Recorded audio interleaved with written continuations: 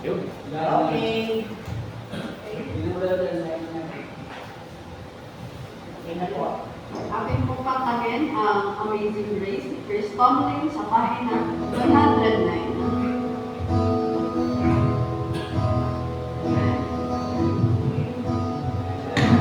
Amazing grace, how sweet the sound that saved a wretch like me. I was once lost, but now I'm found. Was blind, but now I see. 'Twas grace that taught my heart to fear, and grace my fears relieved. How precious did that grace appear, the hour I first believed.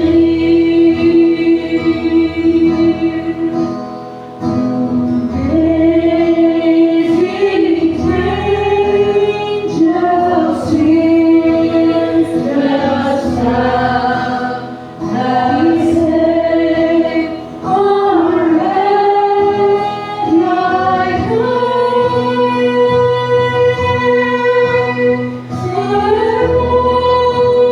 Since was lost, but now was found. Was blind, but now I see.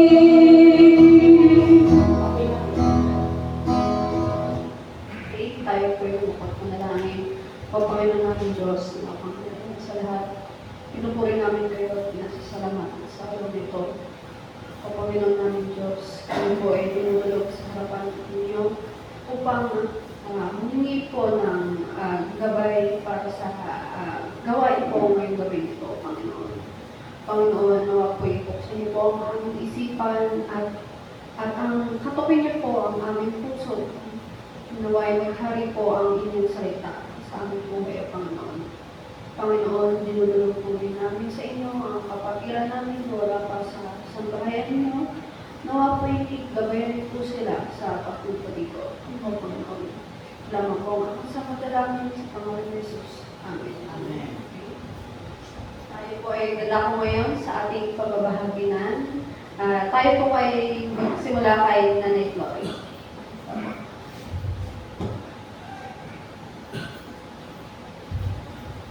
Marami po salamat sa pagkikita-kita natin ngayong gabi. Salamat po sa Panginoon sa magandang weather ngayon. Hindi po umulan.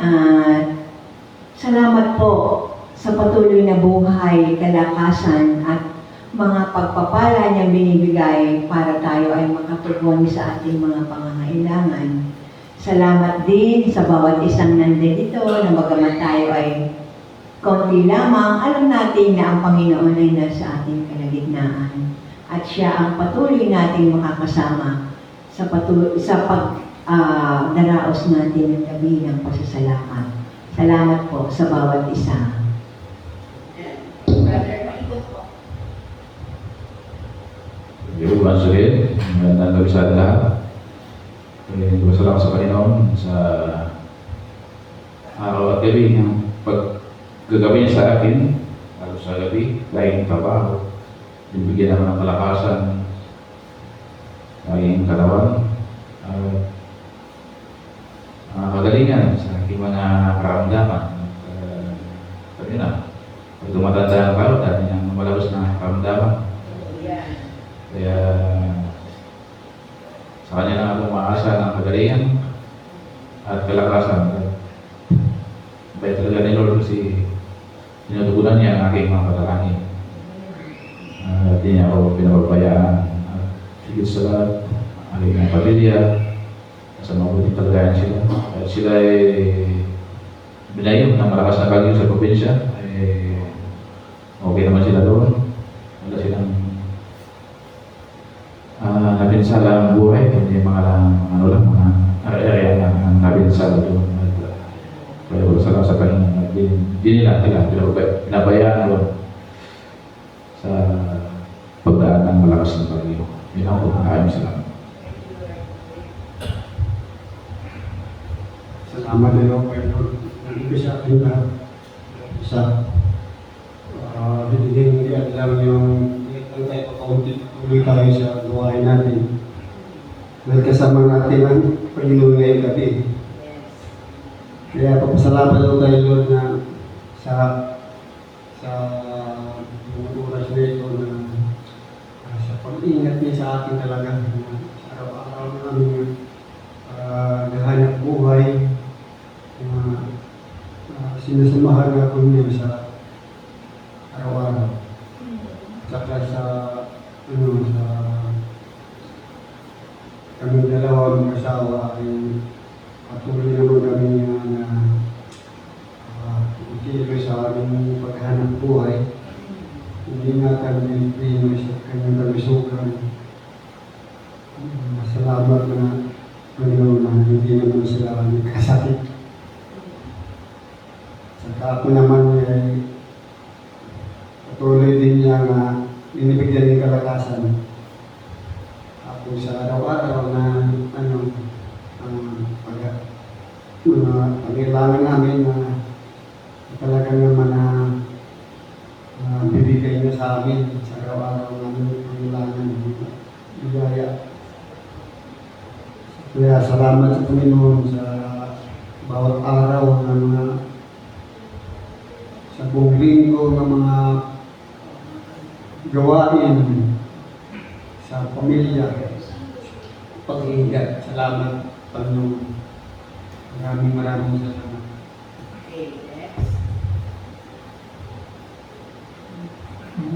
Una sa lahat, nagpapasalamat talaga ako sa kanya, sa Panginoon.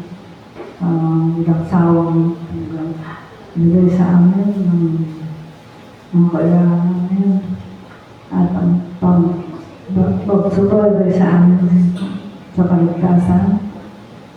At may sana may mga pagkakataon na may ako ang tagal ng reply.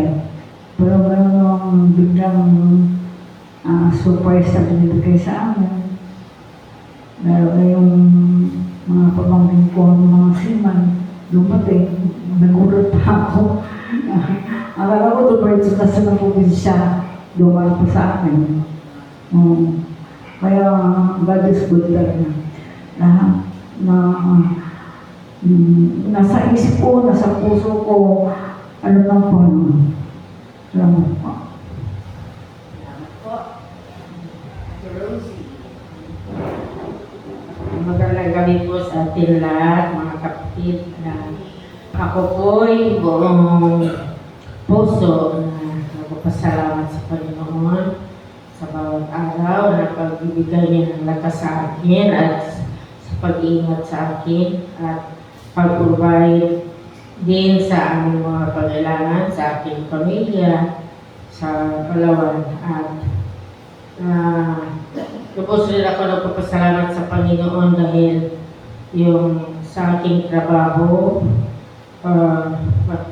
padagdag ang aking mga kliyente.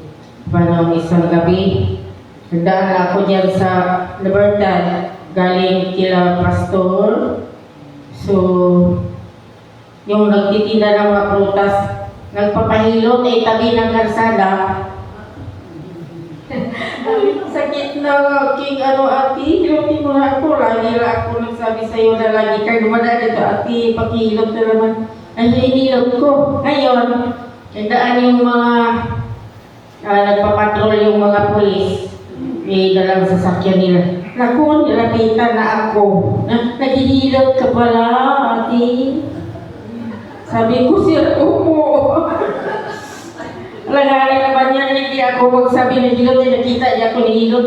Nilapitan niya ako kasi tabing kalsada, nagpapahilot niya yung nagtitila ng prutas. Tapos, ay, hilutin mo nga ako, ate, kasi masama ang aking pakiramdam. So, salamat ko lang sa Diyos kahit pagod ako kahilot kay Pastor Joshua. May lakas pa rin na dinagdag sa akin ang Lord. So, hindi ko natanggihan yung pulis. Dinala ako doon sa police station sa Libertad. Nagtataka yung mga kasabahan. Nay, saan ka ba pupunta? Sabi ko, dinala ako ng kasamahan yung mga pulis. Eh, magpapahilot daw, masama ang pakiramdam niya. Ay, sige. Naghihilot ka ba na dyan sa may kabila ng police station? Sabi ko, wala. Sa barangay, nakahilot ako. Pero sa mga polis, hindi pa. Ay, ngayon palagi ka naghilot ng polis. Ay, nakita ako doon sa daan. Naghilot. So, sabi niya, ate, i-dadin ka namin doon sa police station. Parang binibiro ko, sir, wala na ako kasalanan. Bakit? Dadalhin ako sa police station. Hindi lang. Kasi may mga problema ng aming katawan. Doon. Ay, dinala niya ako. Awa ng Diyos, nagkabiyaya rin ako doon. Ay, sabi niya, ate, saan ba yung bahay mo? Sabi ko, sir, dyan lang sa malapit, Alianas. Hatid ka namin. Ay, di na, sir, malapit lang. Gusto ko maka-exercise ako sa paglalakad. Ay, ayaw ko, nakaupo lang ako. Kasi simula kanina, nakaupo lang ako, naghilot. Gusto ko mo nag-unat naman yung ugat ko. Sige sir, sige, ati, sa sunod tiya, dalawin mo kami dito sa police station, baka magpapahilot din kami ulit sa inyo. Sabi ko, sige sir, pag may time ako, dalawin ko kayo dito. Kaya, nagpapasalamat lang ako sa Panginoon dahil yung hinihilot ko, para lang rin mga pamilya ko, nasasayahan din ako dahil siyempre habang naghilotan hala istorya saan ka ba ate ipinanganak? Sabi ko sa Negros Oriental ako. Sabi ko, ikaw sir, saan ka ba ipinanganak? Ay, Isabela ako. Kaya habang naghilotan hala, pintuhan, hindi namalayan, natatapos na ang hilot. Kaya maraming salamat sa Panginoon. Lubos talaga ako nagpapasalamat kay Lord dahil hindi pala ako nag-iisa. Kasi yun ang sinasabi sa kanta na what a friend we have in Jesus. So, si Jesus ang kasama ko palagi sa araw-araw. Sinagtataka ako, minsan pagod na ako, kung mayroong mag-request na magpahilot, yan pa rin ang lakas ko. So, dinadagdagan ni Lord ang aking lakas. Salamat kay Lord. Sige po. Yung sinasabi ni sister, Yung kung saan nanggagaling ang lakas. Ang mga anak ng Panginoon talagang pinapalakas niya. Di ba nga parang yung agila, ganun. Kasi alam ng Panginoon Diyos na yun nga ang mission niyo rin eh. Yung mission yung healing. Kaya ang Panginoon ang nagdadagdag ng patuloy na lakas sa inyo. At yun nga, speaking of lakas, masakit yung bewang ko kanina. Sabi ko nga, parang sa totoo, parang tinatamad ka ng pumunta sa gawain. Pero ang Panginoon Diyos, ang huwag kang huwag kang manglupay-pay anak. Kumbaga, papagalingin niya yung iyong karamdaman. Si Vega nga kaya wala. Medyo sobrang pagod din. Sana nga makasunod siya. Salamat sa Panginoon Diyos.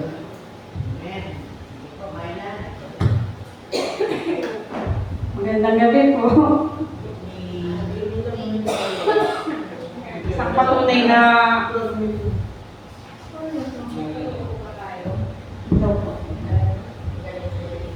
yun nga po yung parang halos dalawang linggo na po. Pero magaling naman siya, parang may na lang. Aftershock. Yung mga na lang, yung okay na, yung parang may cancer. Yung parang yung Opo, yun. Tapos, yung pong bagyo po, parang hindi na po kasi tumuloy sa Bicol. Yung, I mean, yung ibang part lang po yung nagrabe na kawawa nga po sa Masbate. Pero yung sa Kamsur po sa amin, hindi na po siya nadaanan. Kasi, ano eh, parang lumis po ata yung prep. Pero todo prepared naman po sila doon. Buti na lang po hindi na siya natuloy sa Kamsur. Yun po. Tapos yung nangyari na yun sa, ano, sa Cebu. Ay, dami pong patay nasa 60 plus na ata yung ano, tapos patuloy pa rin po ata yung pag-ano kasi yung iba natagunan. Sana maano na yung eksakto September 30. Yun po, sana yun, makuha na po yung mga ibang, yung pwede po kong maligtas na buhay. Kasi baka mamaya na anuhan lang po yung nakatago lang. Natago na yung katulad ko sa Baguio, di ba, dati na may umiiyak daw po sa ilalim, buti na nabuhay pa ata yun. Maraming salamat sa paggabay ko ni Lord sa araw-araw. Yun, pasasalamat ko rin po. Inuubo rin po ako.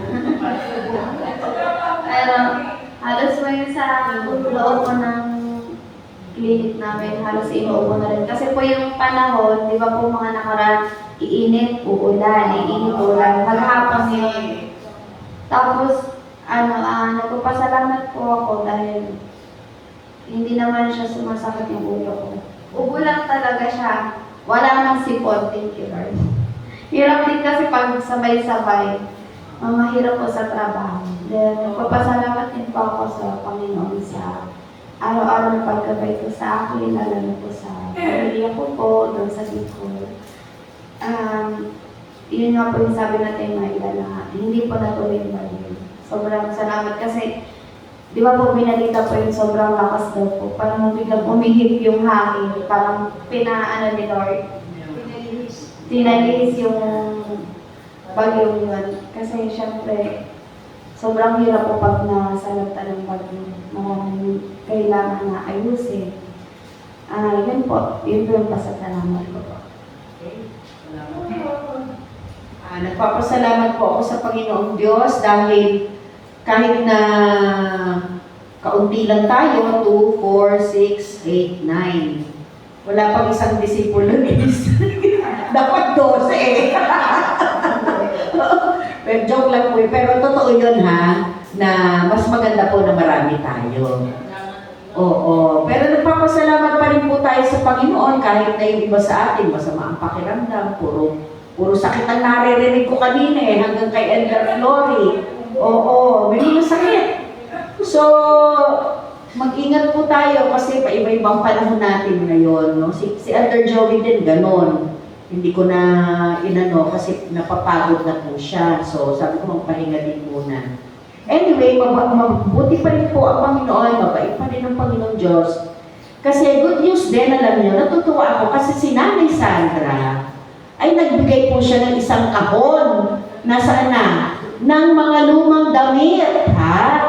Kaya po sa Sunday, Nanay Sandra, ibabahagi po na, i-distribute natin after the service. Ano po, bubuksan natin yung mga damit na pwede pang gamitin nyo, Nanay Sandra. Ano po? Salamat po sa inyo. Oo. Tapos, magandang gabi po, Elder Becca. Tapos, marami po tayong gawain ngayong October. No? Meron tayong mga, ang alam ko po sa Sunday, mga kapatid, maaga tayo, no? Kasi ang alam ko, dadating yung partner natin na, ano yung kay Isa? Yung Eagles. Oo.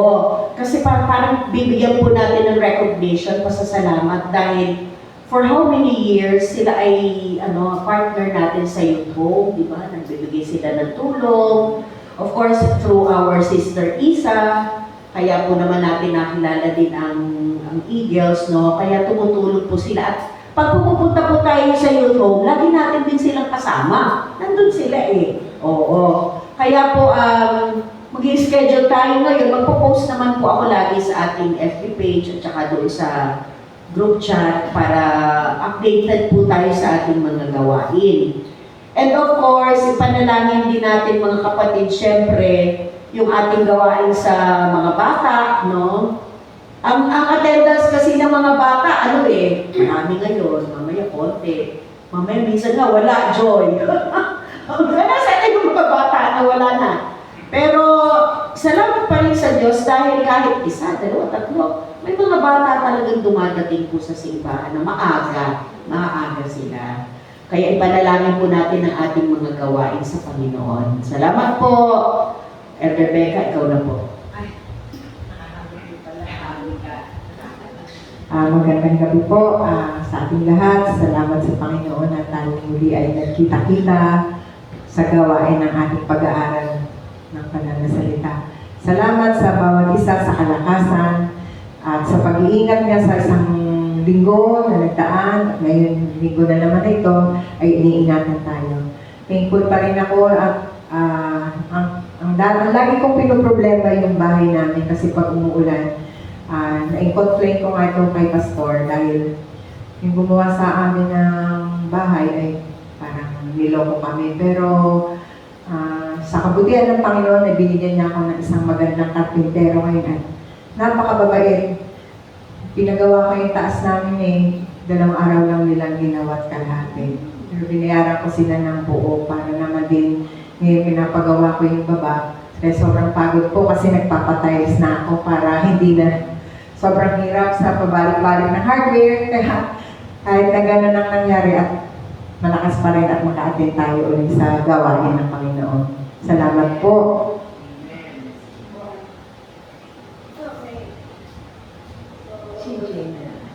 Yung pagpapasalamat ko po ay nung nakaraang linggo po kasi, kaya po hindi ako nakadalo dun sa pupuntahan ko sa Makati. Kasi po, kala ko po, gagaling na po ako ng araw na yun. Di pa po pala. Kasi nung linggo po, bigla pong inatake po ako ng asthma po, like last linggo. Tapos nag-stay po siya. Hanggang ngayon po, medyo may ubo pa rin po ako. Pero hindi na po kasing lala nung nakaraan po. Kasi naninibago po ako sa klima dito sa Manila. Hindi po sunay yung katawan ko.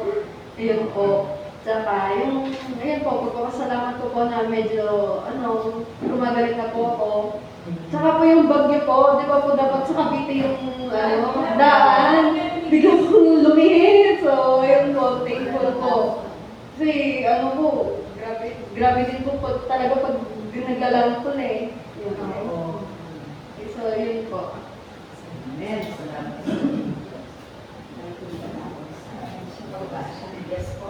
So, tayo po ay dadako sa pagbabasa po ng banal na kasulatan na pangunahan ni kapatid na Flore po.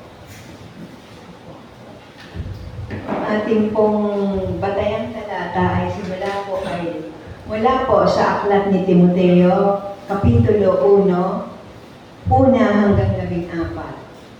Mula kay Pablo na apostol ni Kristo, Jesus, ayon sa utos ng Diyos, sa ating tagapagligtas na ni Kristo. Ipahuli na sa dalila po. Unang Timoteo, ako. Ang ating pong batayang talata ay nasa Timoteo, Kapitulo 1, versikulo 1 hanggang 14. 1 Timothy 1, verses 1 to 14.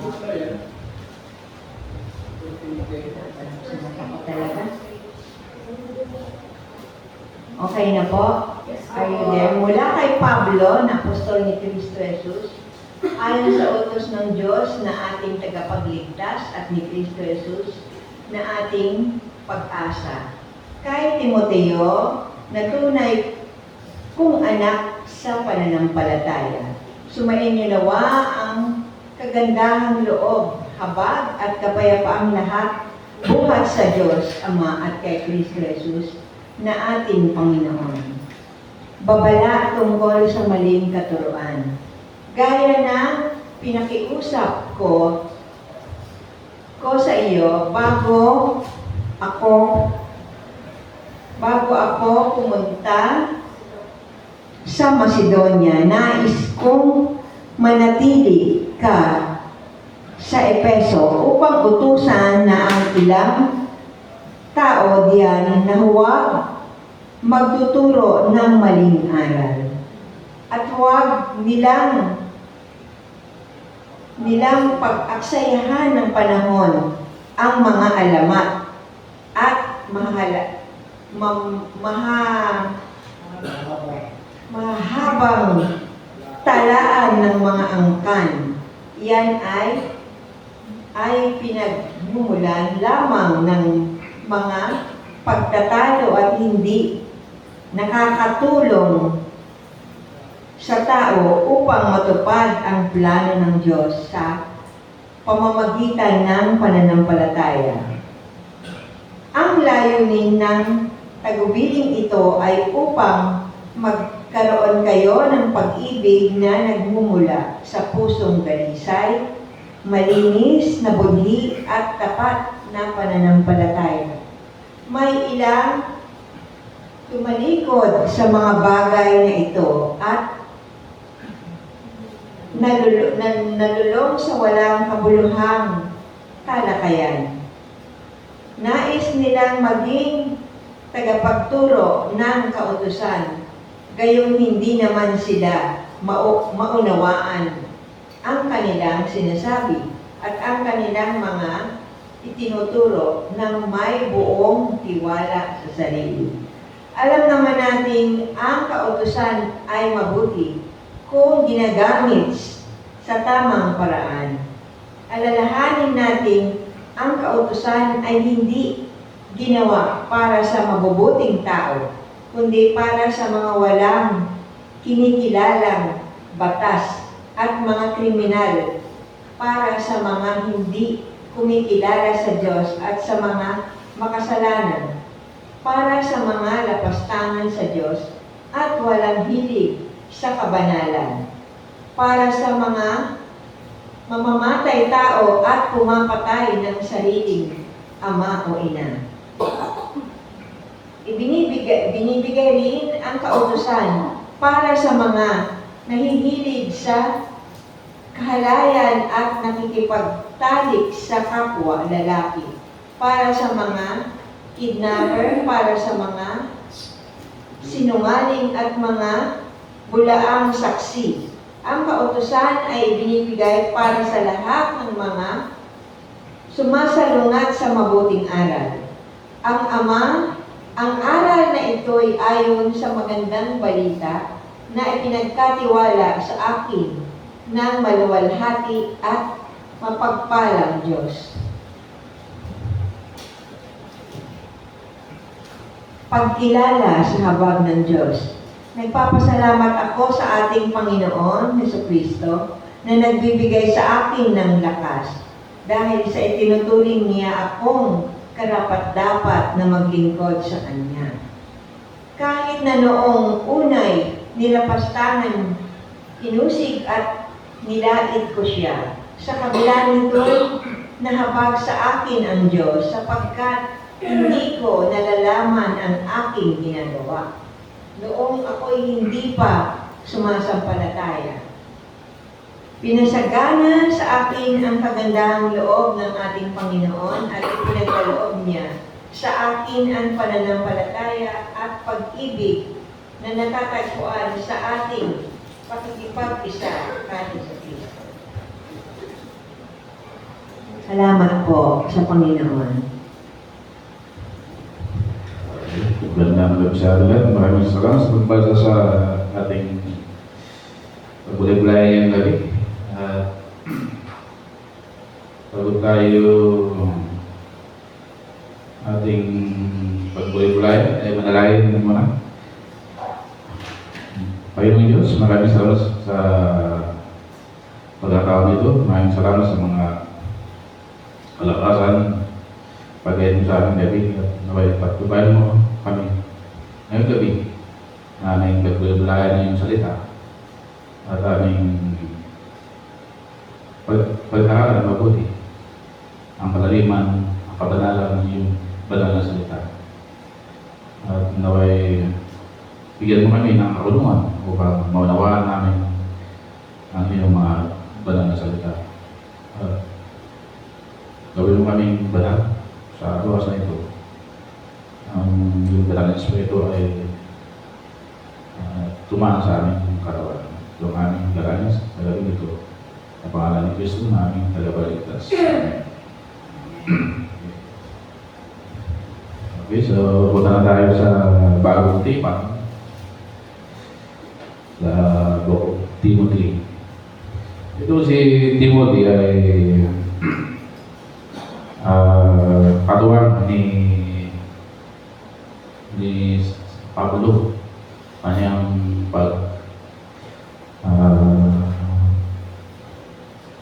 pag-aaral ng salita ng Diyos sa Macedonia.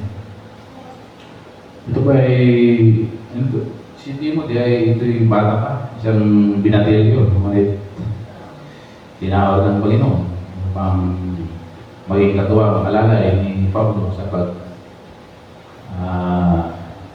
pagsagawa ng pagtuturo sa mga salita ng Panginoon Diyos sa kanilang bayan sa Macedonia.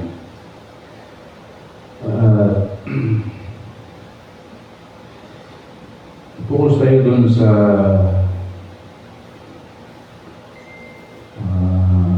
number 3, sabi niya. Kung paano ipinapanay ko sa inyo na ikaw ay matira sa Episo nang bumaroon ako sa Macedonia upang pagpili mo sa ilang tao na huwag magsipagturo ng ibang aral. Yun ang nakakatakot ngayon na nangyayari sa ating mundo dahil madami naman ngayon natuturo ng ibang aral, hindi na sa Panginoon kundi sa kanilang sarili. Kaya hindi tayo magtataka kung paano naglabasan simulan sa ulo yung mga false prophet. Dito lang sa atin, maraming mga false prophet na tuturo sa atin. Ginagamit nila ng salita ng Diyos upang iligaw ang mga tao. Sila ay inaakay nila sa hukay. Dahil mali yung mga tinuturo nila na hindi galing sa Panginoon. At ginagamit pa nila ang salita ng Diyos upang yumaman sila. Kaya madaming pastor yan na yumaman sa paggamit ng salita ng Diyos sa mga iba't ibang sikta o kulto ay nagsitayo sila ng sariling kulto o kaya sikta upang magkamal sila ng maraming pera. Dito lang sa atin hindi na mabilang. Marami na yung napapanood natin, napapalitaan natin na nalahayag ng balik salita ng Diyos, ngunit iba yung layunin ka na hindi sa Diyos. At ibalik na rin sa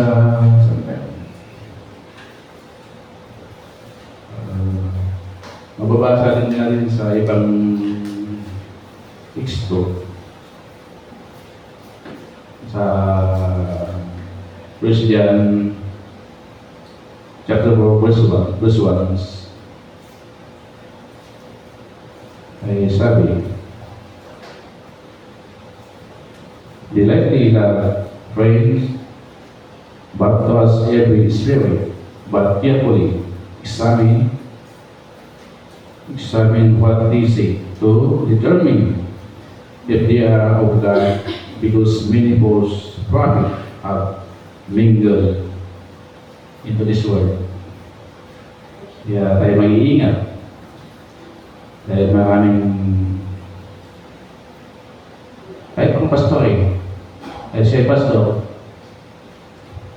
Hindi natin masabing perfect ang pastor dahil madaming maling sinasabi.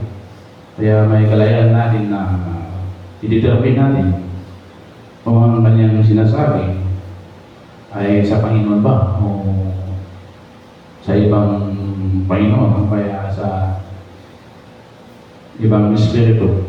Yung dalawa kasi ang klase ng espiritu eh. May galing sa bad spirit, may evil spirit. Ang isa naman ay sa Panginoon, Holy Spirit. Madetermine naman natin kung nasa Panginoon ba ang kanyang sinasabi. Dahil magaling silang maglilang lalo sa mga kapwa natin mga baguhan, yung mga mahina pa sa pananampalataya ng Panginoon, yung hindi pa nakatanggap na si Kristo ng ating tagapagligtas. Kaya madali sila na mailigaw. Kaya hindi lahat ng mga nagsasabi ng banal na salita ay tama. Kaya dapat nating i-examine kung ito ba ay nasa salita ng Diyos. Dahil karamihan sa mga ngayon, talong panahon ay sinasabi nila sila ng tagapagligtas.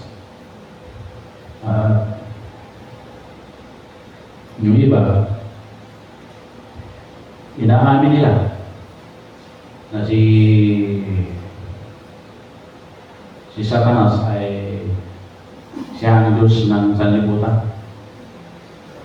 Ngunit ang ating tagapagligtas na si Jesus ay hindi nila matanggap na siya ang hari ng sanlibutan. Yung iba pa, nasabi nila na si Kristo ay isang tao lang, tapos ang kanilang puo o ay sinasamba ay isang anghel. So, nakakaliw talaga yun. Hindi totoo yun, wala sa Biblia yun. Ang sinasabi nila na ang kanilang pinuno ay isang anghel. Tapos si Kristo, isang tao lang. Isang ordinaryong tao. At sinasabing hindi siya ang hari ng sanlibutan, kundi si Satanas. So nakalin natin ang salita nila ay wala sa Biblia. Kapag mahina yung kulang tayo sa aral ng salita ng Diyos, parang mabibiglit tayo. Dadala tayo sa baling aral nila.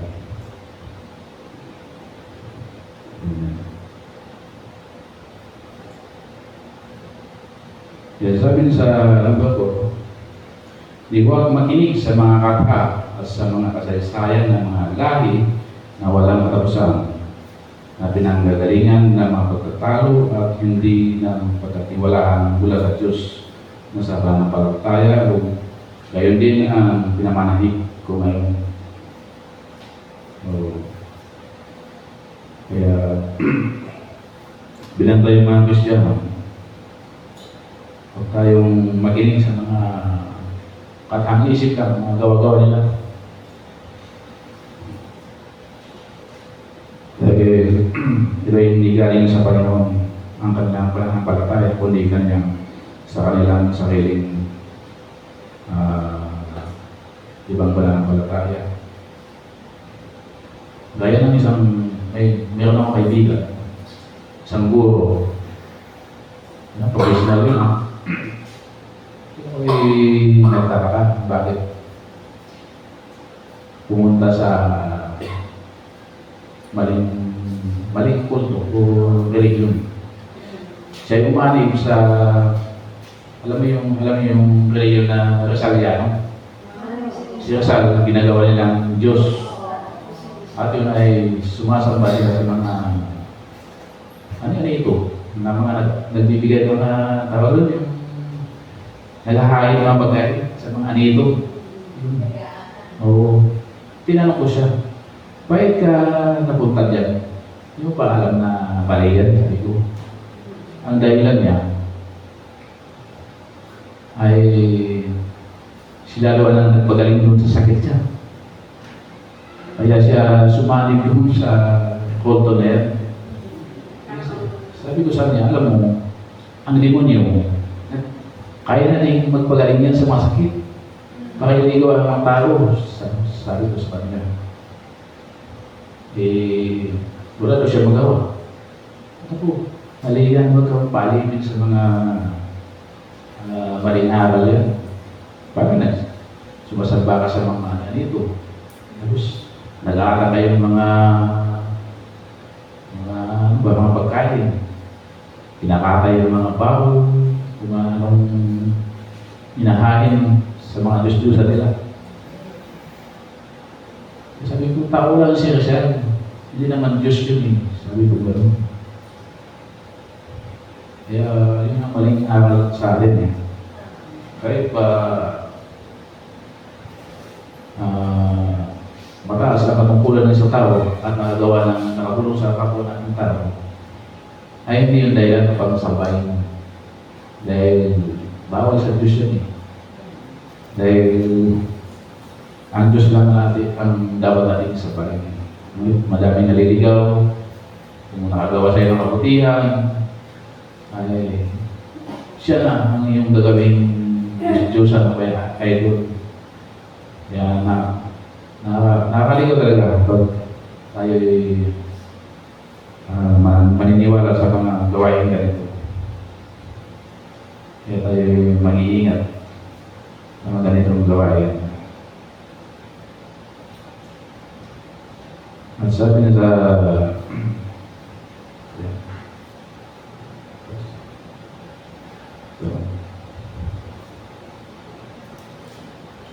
verse 9, dapat verse ay sa 7.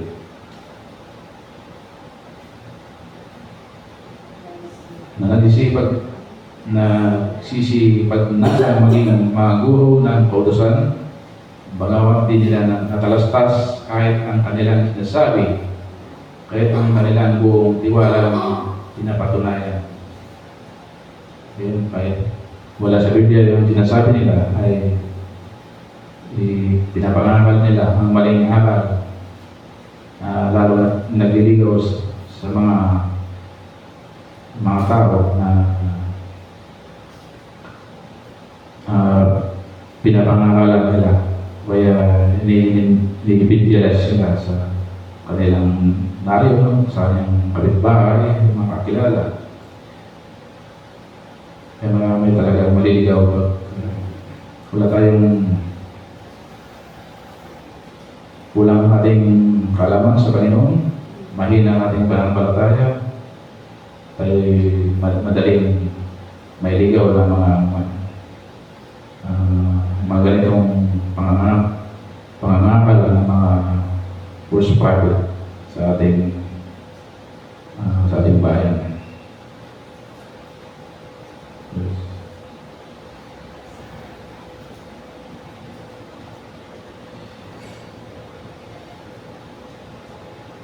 Dito tayo sa nag-uatin.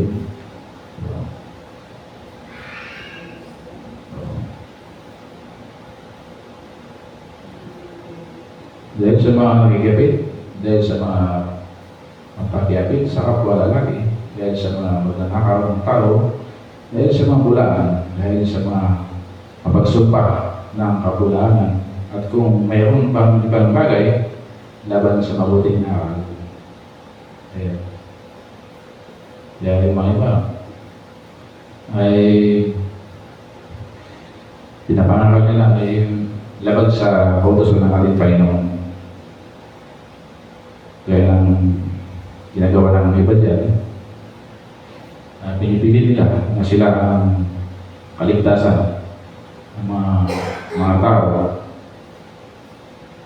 para sumali ka sa kanila. Ay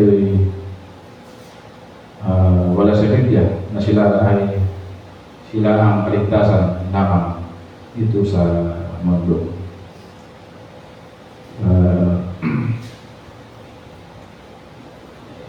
Kaya talagang mag-ingat tayo. Kahit ang pagliligaw sa atin, ay huwag tayong badaya sa kanila. Dahil ang nakatayo ng ating kaligtasan at buhay na walang hanggan sa ating buhay. Dahil pag nagpatalo tayo, tayo sumampalataya sa kanila sa maling aral, ay mapapahamak ang ating kaluluwa pagdating ng araw. So,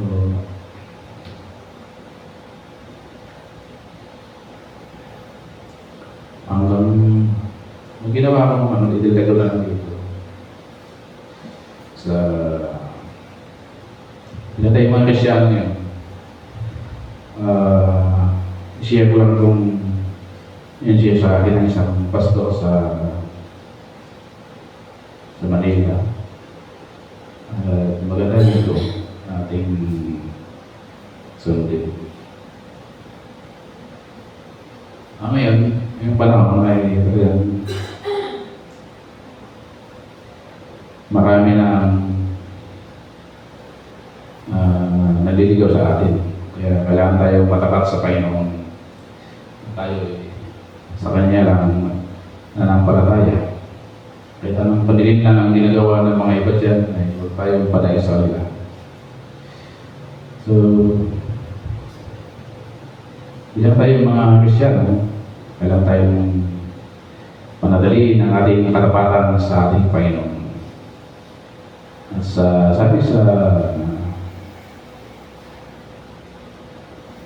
tapat, hindi sa isa pa ito, may kahulugan. Yung leader T, sabi niya, tunay na pag-uugali. Hindi lang pakitang tao, bilang tayo mga Kristiyano. Dating mababasa sa Proverbs 10 verse 9. Sabi niya, sa English, Tagalog lang, Tagalog ito. Siyang lumalakad ng matuwid ay lumalakad na diwasay. Ngunit siyang sumisira sa kanyang mga lakad ay tumigilala. Kaya tayo ay lumakad ng matuwid, tayo ay lumakad ng tapat sa ating Panginoon Diyos. Hindi tayo lumakad ng pakubagala o pakitang tao. Kaya natin mananampalataya sa Panginoon. Kailangan pakita natin tunay tayong Kristiyano. Tayo sumunod sa mga salita ng Diyos. Na maging tayo. Maging tapat sa ating Panginoon. Pag-uugali. Kung may mga negative na nating ugali, subukan natin palitan ng tunay na pag-ugali ng isang Kristiyano. Sinasabi sa banal na salita na lumakad ng matuwid, lumakad na matiwasay tayo sa Panginoon. Kaya po sa T, tunay na ugali. Diyan naman sa A, ayaw sa kasinungalingan. So, bilang may mag-Kristyano, ayaw ng Diyos ang mga sinungaling. Dahil hindi niya pinangaral yan. So, ating basahin sa Proverbs 12 verse 22 pa yun. Ito. Mga sinungaling na labi ay kasuklan-suklan sa Panginoon. Ngunit ang nagsisigawang may katotohanan ay kanya kaluguhan. Yeah. So,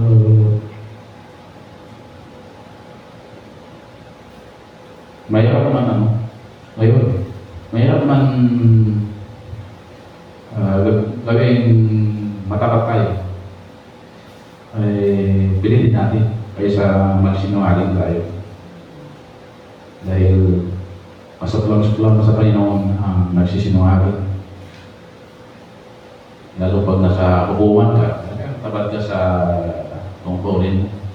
Hindi ka papasakot sa mga kurap na pag-iisip, sa panunuhol, paglilihis ng tamang hustisya.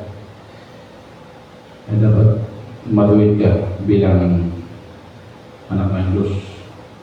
At huwag magsinungaling laban sa kapwa mo. Kasaklaw-saklaw sa Panginoon yun eh. Yung gagawa ka lang ng salita laban sa kapwa mo. Upang siya ay magdusa o ay makulong na walang matutuwanan. Kaya may talaga magsinungaling. Ayun, marami na naniniwala sa kasinungalingan. Kahit ERC evidence, naniniwala na sila na ginawa ko yan. Kaya involved kasi sa krimen, mahina ang ebidensya. Kaya gawa-gawa lang. Kaya mayroon talaga yung magsinungaling na gawain ng mga Kristiyano yun. Lalo pag sinasabi nila na sila ay pastor sa kanilang sikta. Ngunit halata naman na nagsisinungaling sila. Kaya pag nasa Diyos ka, tama kang righteous ng Panginoon, dapat sa Diyos sila magbabasihan, hindi yung sa yumayakap sila sa kadiliman. Kahit mali, pinipilit nila, masinungalingan nila. Kaya dami tuloy na bibiktima sa mga sinungaling na witness o kaya laban sa kapwa nilang tao. So, yun ang ayaw sa kasinungalingan. Proverbs 2 verse 12 verse 12. Sunod naman sa P, pananagutan sa Diyos. Basahin natin sa Romans 14. Romans 14, 12. Sabi niya, so then every one of us shall give account of himself to God. Tagalog, kaya ang bawat isa sa atin ay magbibigay sulit sa Diyos kanyang sarili. Yun. Tayo nagkasala, magawa ng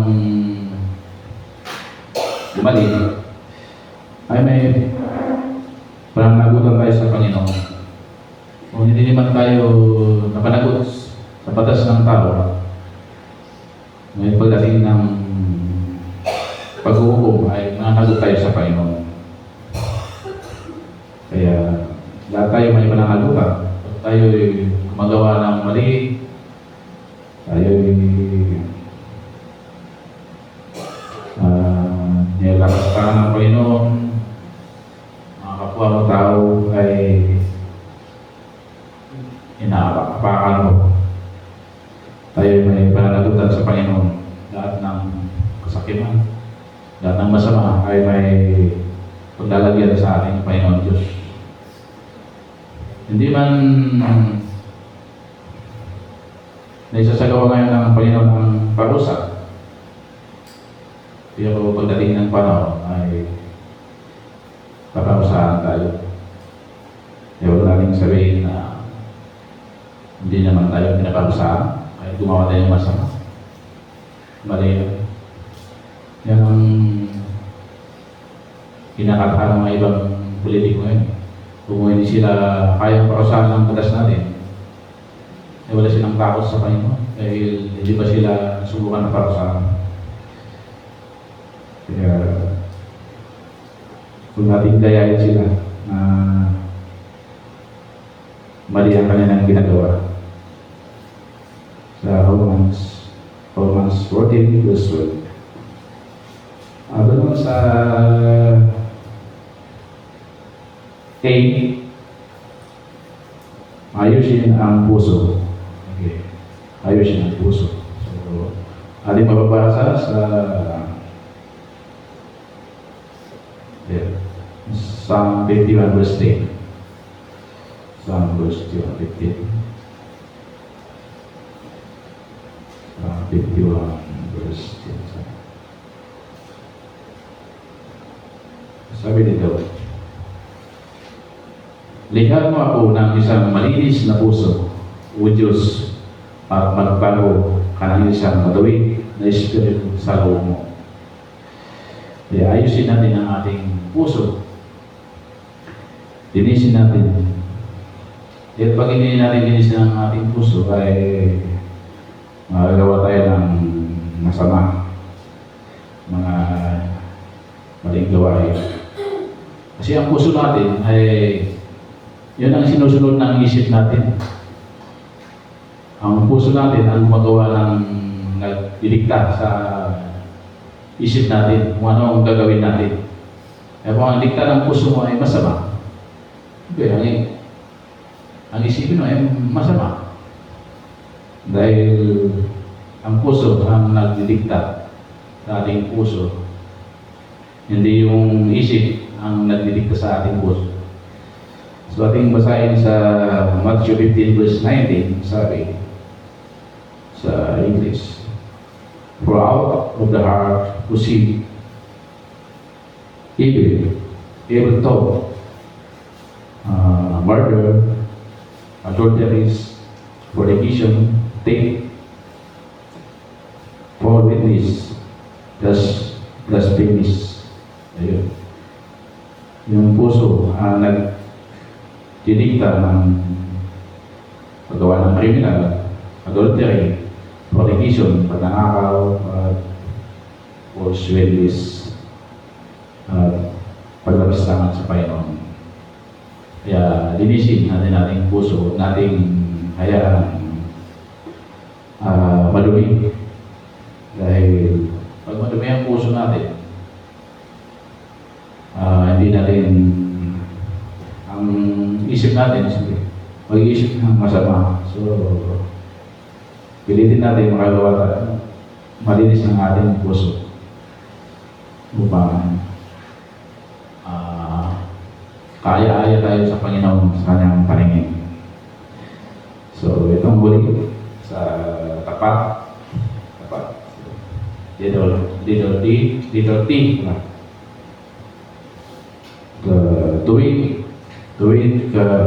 tuwid, lumakad kahit walang nakatingin. Dito tayo mga Kristiyano. Lagi tayong tapat sa ating gawain.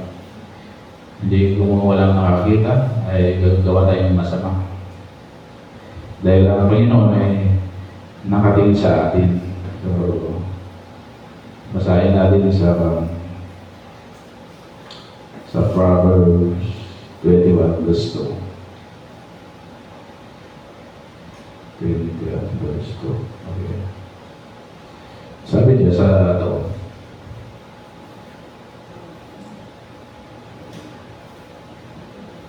every way of man is right in his own eyes, but the Lord pondering the heart. Yeah. So,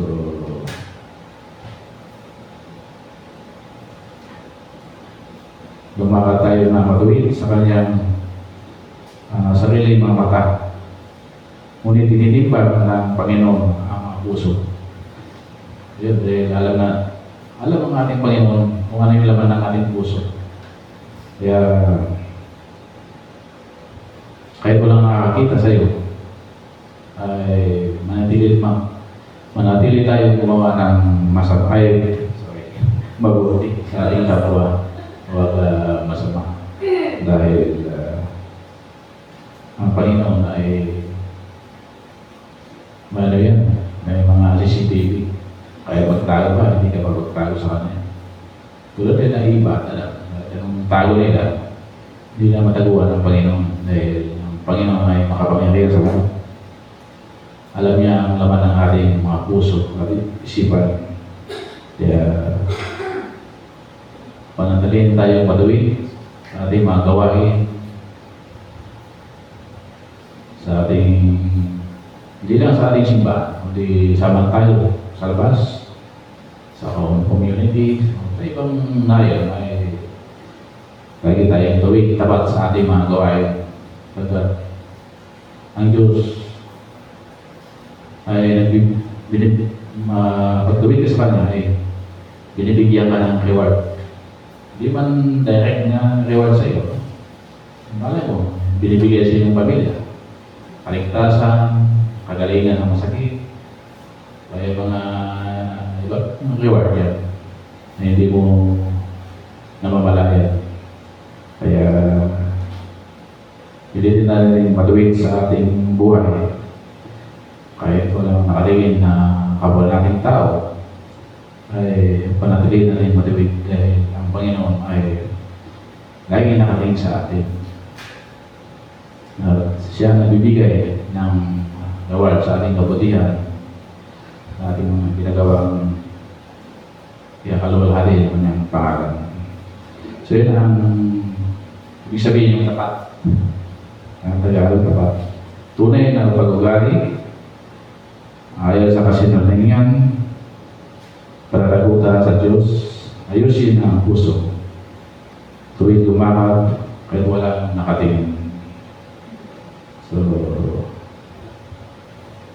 yun ang ibig sabihin ng tapat, honest.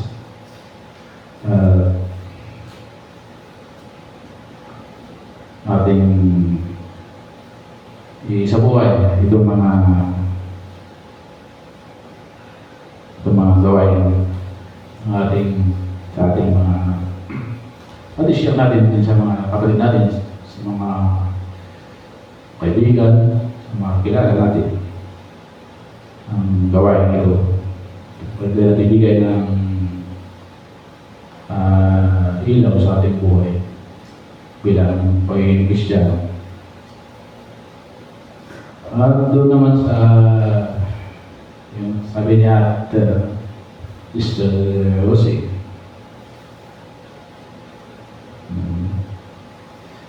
ay siya pagod na pagod. Ay hindi niya maramdaman ang pagod dahil ang mga niyang pagkataon ay ang Panginoon kasi pag naramdaman mo kung nasa iyong Panginoon, sabi sa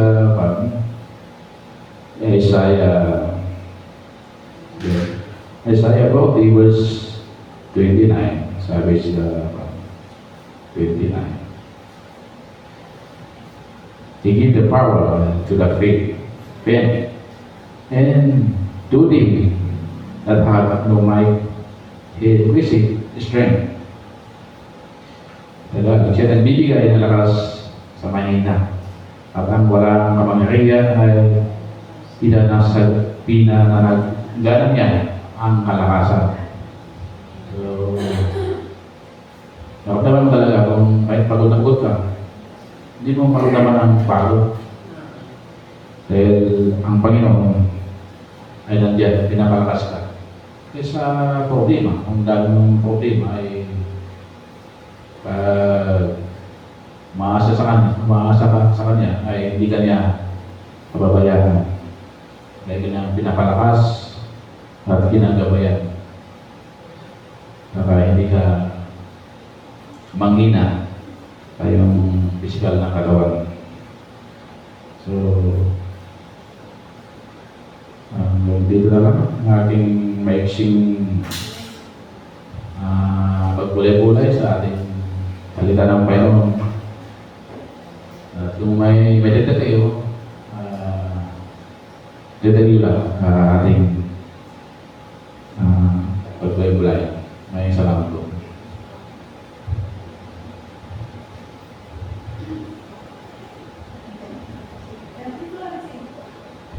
Pagbabahagi na.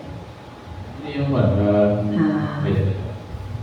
Salamat po sa inyong mayaman at napapanahong magandang mensahe. Salamat po sa Diyos.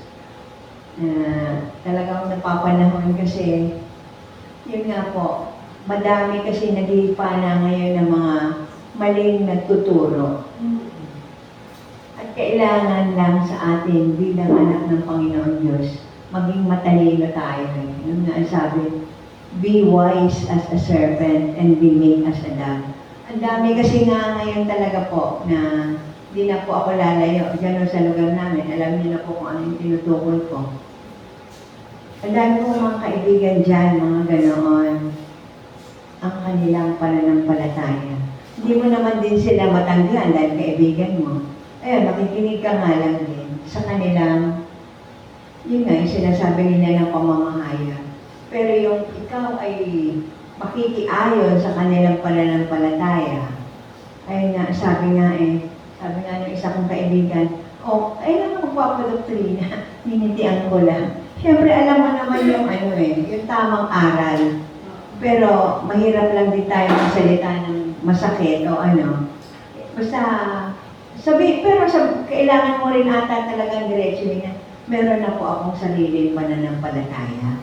At doon, ang kaliwanagan ng Panginoon ay nakikita mo. Kasi makikita mo naman talaga ang aral Alam ng Panginoon Diyos, ay alam ng tao, yun talagang kung ikaw talaga ay manununod ng Panginoon, bibigyan ka rin talaga ng liwanag ng Panginoon kung saan ka pupunta. Kasi alam mo naman yung tamang doktrina Pero yung mga gano'n na nag-aakay, sagutin mo lang din ng yung maayos at saka may pag-ibig. Yun nga ang sabi. Hindi natin kailangan makipagtalo dyan Kasi ang salita ng Panginoon Diyos ay ipinahahayag ng may pag-ibig. Hindi yung puro talo-talo nga at yung nakakasakit ka na ng Kasi ang pinapahayag mo ay salita ng Diyos. Hindi pwede dyan yung matapang ka at wala kang pagmamahal. Kasi mismo ang salita ng Diyos, pag-ibig. Kaya sabihin natin ito ng may pag-ibig. Ando ng kaliwanagan naman. Ibibigay ng Panginoon ang kaliwanagan sa kanyang mga anak. Hindi ko naman sinasabi. Kaya lang nga, ang minsan mga naaakay talaga ng mga maling pananampalataya, ng mga maling tagapagturo, ay yung mga tao talagang hindi nga sila nagbabasa. Kaya walang kaalam-alam kung ano yung idikta ng kanilang mga tagapagsalita, doon lang sila naniniwala. Yun ang nga sabi ni Pastor. Nakaprogram na Yung nakaprogram na. Kaya yun ang kanilang pinaniniwalaan. Kaya tayo, bilang anak ng Panginoon, tayo ay maging maalam, maging matalino tayo. Kasi ito yung panahon na Talagang kumbaga sa nagbubuno na ang liwanag at ang kadiliman.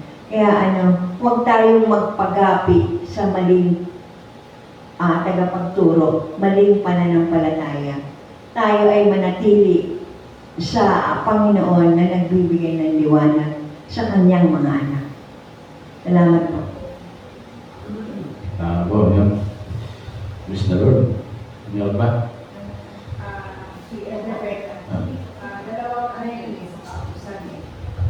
Ang kautusan ay hindi lamang po ibinibigay para sa mabuti. Mas talagang kailangan ang kautusan ay talagang ipalaganap sa mga taong nangangailangan. Yung mga hindi nakakaintindi. Hindi lang siya dapat sa taong yung may alam na yung mabuti. Kaya dapat mas bigyan pa natin ng pansin yung mga taong nangangailangan. Kaya tayo inutusan ng Panginoon na bigyan natin sila ng time. Yung mga hindi nakakaunawa, yung mga taong mga kidnapper, yung gumagawa ng masama. Doon natin i-focus yung utos ng Panginoon Diyos. Kasi yung utos ng Panginoon Diyos sa mabuti, na nasa puso na nila Kailangan tayo na nakasumpo na ng kautusan ng Panginoon Diyos, i-share na naman natin ang utos na ito sa mga taong kulang pa sa kaalaman. Yun lamang po. Opo, tama yun. Yung sabi ni Diyos, yung natupad pastor, nung nawala yung isa, yun ang hinanap niya, hindi yung 99 ang inaakay niya. Yun, ganun tayo. May krital. Salamat po. Ay, sige po, everyday. Okay po yun. Mamaya na lang siguro sa mga prayer request. Ako magsasabi. Pero yung kanta po. Sige. Hindi po alam yung lyrics talaga, pero yung konti talaga. Shine the light. Shine the light. The blessed gospel light. Na na na. Hindi na po rin. Na na na na. Shine the light of Jesus Christ. Na na na, na na na na. Ang ganda po nung kanta na yun eh. Yung liwanag ng salita ng Panginoon Diyos. Ipahayag natin, gaya nga na sinabi ni Becca, hindi lang sa mga nakakaalam. Ayan, ang ganda. Alam niya kami si JC. Sige, kaya ang ganda na eh. Hindi pa yung Tagalog ko yung alam ko. Parang, ang ilaw ng bagong balita, itanggaw sa madlag. Ang ilaw ng bagong balita, itanggaw na sa madlag. Send the light. Hindi lang para sa mga taong naliwanagan na, kundi doon sa mga taong hindi pa nila napakinggan man lang ang salita ng Panginoon Diyos. Yun nga, mga kidnapper, yung mga huwag tayong maging kumbaga madamot, kundi ipahayag natin ito ng may pag-ibig sa mga taong hindi pa naliliwanagan. Sa Inalay. Salamat po, Brother Peter, sa pagbabahagi ng salita ng Diyos. At si Jay, ikaw ang... So, kung wala na pong magbabahagi po, tayo po yung dumako po sa prayer request.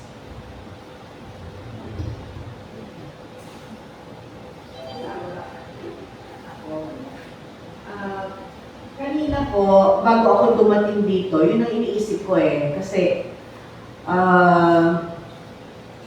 may nakasalubong akong bata. Ang pangalan ba niya ay Axel? Si Axel ba yung may kaso sa akin? Hindi. Diba? Dati niya po yung si Axel dito. Malaro lang siya, pero mabuhay mo siya. Kasi, yun nga, no, nalito ako, kala ko, sabi ko, sabi niya, teacher, umano siya sa akin, oh, sabi ko dyan, bago ako pumasok dito. Kala ko siya yung anyway. Oo, sabi ko, kumusta ka na? Eto po, sabi niya, anong year mo na baka ako? Anong grade mo na? Siya pala yung third year high school na. Grade 6, 7, 8. Ano yung 6, 7, 8? Second year high school. Kaya pala medyo malaki na. Kaya medyo nalito ako dun sa batang si Axel na at itong yung isang bata na nagkaroon tayo ng problema. Okay. So sabi ko, kumusta ka na? Sabi ko, pag may time ka ako, magsimba ka naman. Namimiss ka na namin dito. Sabi, ilang taong ka na ba ako? Yun nga daw, 14 ba? Grade ano na siya eh? 8.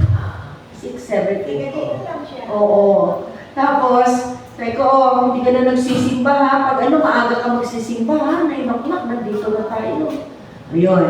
At tapos, nakakatuwa naman. After nun, nung papasok na ako, sabi niya, Teacher Grace, pahingi akong pera. Binigyan ko naman ng kaunting pariya. Pero nakakaaliw lang kasi, yung mga bata, hindi rin sila nakakalimot. Sabi niya, pasensya, sorry, pagkasabi niya, sorry po, hindi na ako kasi po nag-aaral ako. Nakalimutan ko kung saan siya nag-aaral. Pero kasi po nag-aaral ako ngayon. Oo. Pero ang laki na niya. Ang laki na ng bata. Binatilyo na. Sabi ko, parang ang laki mo na. Sabi ko, so nakakatuwa dahil sa mga hindi mo inaasahang pagkakataon, nandyan yung mga bata, nandyan yung mga kakilala mo.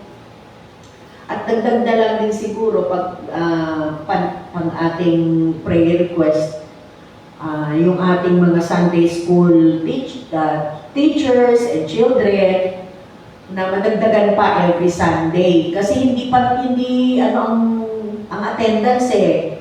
Ngayon napakadami. Tapos bigla mamaya tatatlo na lang yung bata. Tapos ang susunod na linggo, marami na naman. Hindi siya stable. Oo. So sana po, gaya nga po ng nabanggit ko sa report natin sa council, na may plano po tayo, panalangin po natin ang plano ng Christian Education and Nurture, kasi mayroon po akong nilagay doon na magbibisita ako kasama ang elder sa community natin. So hindi po pwede na maghihintay lang tayo dito sa mga bata. Kailangan puntahan din sila at kumustahin sila. No? So siguro sabi ko, dati naman Friday may Bible study tayo eh. May oras tayo ngayon. Dahil ang prayer meeting natin every Wednesday na lang. Di ba? So sabi ko, isa po sa plano yan ng Christian Education and Nurture, panalangin po natin na nakaset na yung aking date kung kailan ako pupunta sa barangay. Kasama ko si Elder Flory at saka si Elder Becca. I-schedule ko po yan. Pero 2 beses kung gagawin yan yung pupuntahan ko po ang mga magulang at yung mga bata. Makita ko sila. Ano ba ang itsura ng bahay nila? No? Ano ba ang itsura ng kalagayan nila? Okay? So ipanalangin po natin ang CEN para dyan. Salamat po. Any other prayer request pa po? Yung ano po pala, prayer request po, sama po natin sa panalangin natin po yung mga kapatiran po natin na naapektuhan po natin doon sa Cebu. Oo.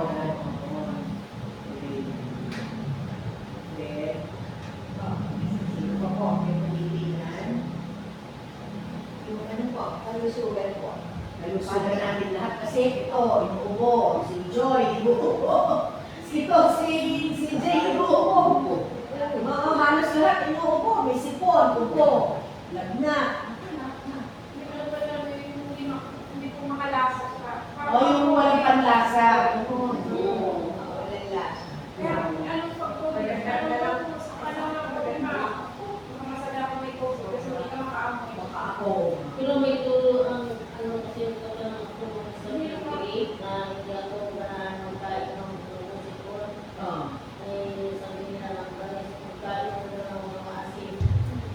Kalamansi. Hindi ka makasabi. Kakaiba ang mga sakit natin ngayon. Paano na natawag? Pakomplikado na daw, pakomplikado. Ano ba napapansin? Kumbaga sa cellphone ay nag-upgrade din sila. Pero, palala yung sakit na dinidiscover pa ng mga doktor. Ano ang igagamot? Alam mo, nakakatakot kung walang dapat doon. Pero ayun talaga, trapaso, Sige po. So, hihilingin na lang natin si Jay, Brother Peter, siguro si Elder Becca. Pwede po ba kayo lalaman ng manalangin? Last prayer. Oo. Para po sa last prayer. Isama na natin sa mga nalindol sa Cebu. Nabanggit na po Ayun. ni Ayaw. Sige po. So, pwede ko po bang hilingin si Myla siguro, sa bata-bata, mga kabataan natin, ang ating mga prayer users, lahat ng mga may sakit. May sakit, ubo, sipon yan kayo, may sakit. Baka makit po, hindi na rin. Tapos, lahat po ng mga gawain natin sa church, panalangin din natin, hilingin ko na, basta lahat ng masaya, sakit sa iyo, pangalan nito, Myla. And then, Elder Becca, ang gawain po ng kababaihan, ilan nga yun? October 11. Malapit na yan. October 11, panalangin po na. Lahat po ng CRO, kabataan, kababaihan, kalalakihan, at ang konsilyo. Okay po, yan po ang ipanalangin ng Elder Becca. Patusan si Ate na. At pagkatapos po kayo po, Elder Gloria, magtatapos sa panalangin. Okay? Sige po. Ating po awitin ng alam ko may magagawa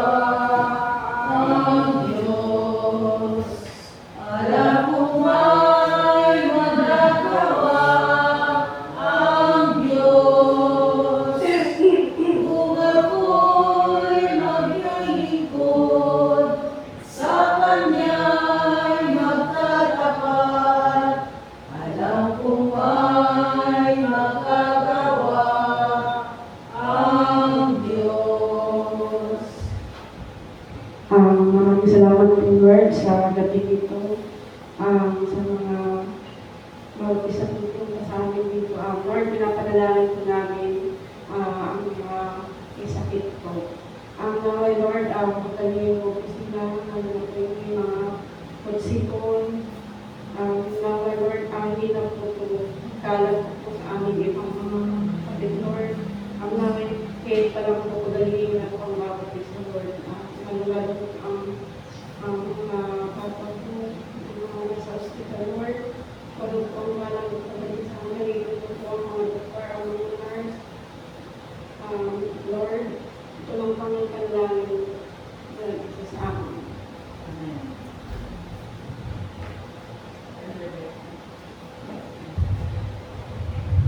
O aming dakilang Diyos na makapangyarihan sa lahat, maraming salamat po sa gabi ito na binigyan niyo kami ng isang magandang aral na aming pumasok sa aming puso't isipan. Nawa ito ay aming maipalaganap, hindi lamang po dito sa aming iglesia, kundi sa labas ng aming komunidad. Panginoon, salamat po sa mga gawain ng aming iglesia. Nangunguna po ang gawain ng mga kababaihan na gaganapin po sa October 11. Ito po ay ang 75th anniversary ng aming pong CWA. Nawa Panginoon, ito ay isang mapagpala at maging makabuluhan po sa bawat miyembro ng bawat lokal na iglesia. Ito po, Panginoon, ay inyong pangunahan nawa at ang inyong Santo Espiritu ang manguna rito upang ang lahat ng aming gagawin sa buong maghapon na iyon, Panginoon, kayo lamang po ang aming pupurihin at sasambihin. Ganun din po, Panginoon, ang sa darating na October 18, ang gawain din po ng pista ng mga kababaihan, Panginoon. Ikaw na po, Panginoon, ang manguna na pupunta doon na ingatan mo po ang inyong mga anak upang makadalo sa gawain ng iyong mga ng iglesyang aming pupuntahan, Panginoon. Ganun din po ang gawain ng mga kalalakihan, Panginoon. Nawa Panginoon ay sila inyong ingatan at gabayan sa lahat ng mga balaki nila ng mga projects na ikakaunlad ng aming mga local na church, Panginoon, upang ang iyong salita ay mapalaganap, Panginoon.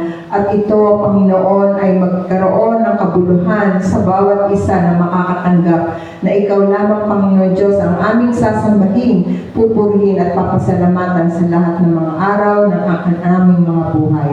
Ganon din po ang gawain ng siyap at ang CYF, Panginoon, pangunahan mo po ang mga kabataan na nagbibigay oras sa bawat linggo na dumarating, Panginoon. Nawa, Panginoon, sila yung ingatan sapagkat napakalaking bahagi po ng siyap at ng CYF sa loob ng aming iglesia sapagkat sila na po ang susunod na magkakaroon ng mga mabibigat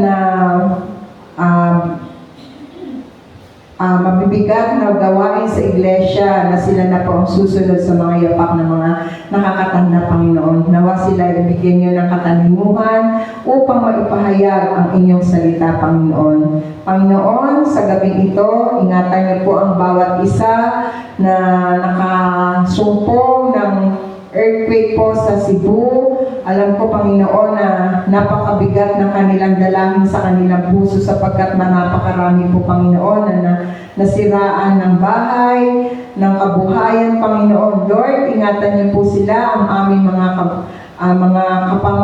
mananampalataya na aming mga kasama sa iyong iglesia. Nawa ay inyong ingatan, alalayan, at bigyan ng kalakasan ng kalooban na alam namin, Panginoon, na ikaw lamang, Panginoon, ang nakakatalos at nakakaalam kung ano ang mangyayari. Nawa mas lalo pa po silang magtiwala at kumapit sa iyo, Panginoon.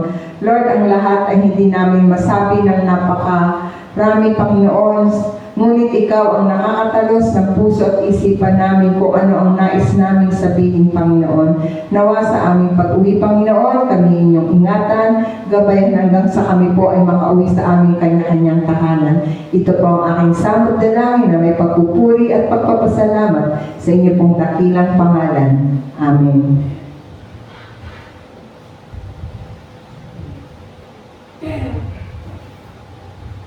Aming Diyos na makapangyarihan sa lahat, maraming salamat po sa gabi ito. Sa aming gabi ng panalangin, salamat po, Panginoon, sa mayaman at mabiyayang pagpapahayag, Panginoon, ng aming kapatid, Panginoon. Nawa nga po, Panginoon, ito ay matimo sa aming puso't isipan na kami, Panginoon, ay hindi maligaw at tanging sa iyo lamang sumunod, Panginoon. Ang iyong liwanag ang aming maging gabay sa aming buhay, pananampalataya, Panginoon. Ama naming Diyos, narinig mo nga po, Panginoon, ang kahilingan at panalangin ng iyong mga anak para sa may mga karamdaman. Ama naming Diyos, ikaw ang dakilang manggagamot na magbibigay ng kagalingan sa lahat ng iyong mga anak. At sa lahat ng mga plano, Panginoon, ikaw, Panginoon, ang aming dakilang Panginoon na magbibigay ng katuparan kung ano man ang aming kahilingan, Panginoon. Ama naming Diyos, nilalagak namin, Panginoon, ito sa iyong dakilang mga kamay. Ito ang aming panalangin sa matamis na pangalan ni Jesus. Amen.